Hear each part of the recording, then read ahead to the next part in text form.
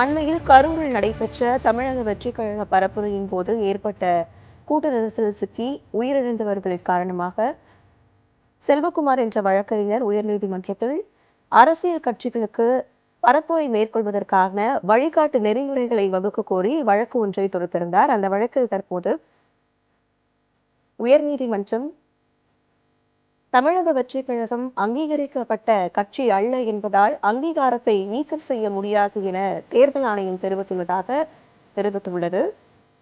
தமிழக வெற்றிக் கழகம் அங்கீகரிக்கப்பட்ட கட்சி அல்ல என தேர்தல் ஆணையம் தெரிவித்துள்ளது. அண்மை செய்தியாக பார்த்து வருகிறோம். கடந்த செப்டம்பர் 27ஆம் நாள் தமிழக வெற்றிக் கழகம் சார்பில் கரூரில் நடந்த பரப்புரை கூட்டத்தில் 41 பேர் உயிரிழந்தனர்.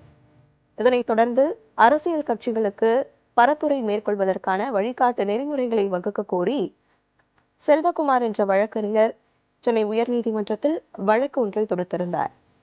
இந்த வழக்கின் விசாரணைக்கு பிறகு தமிழக வெற்றிக் கழகம் அங்கீகரிக்கப்பட்ட கட்சி அல்ல என தேர்தல் ஆணையம் தெரிவித்துள்ளது. அண்மை செய்தியாக பார்த்து வருகிறோம்.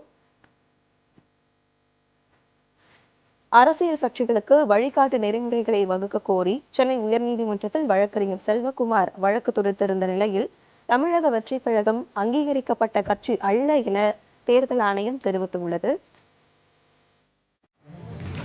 தமிழக வெற்றிக் கழகம் அங்கீகரிக்கப்பட்ட கட்சி அல்ல என்பதால் அங்கீகாரத்தை நீக்கம் செய்ய முடியாது என தேர்தல் ஆணையம் தெரிவித்துள்ளது. அண்மை செய்தியாக பார்த்து வருகிறோம்.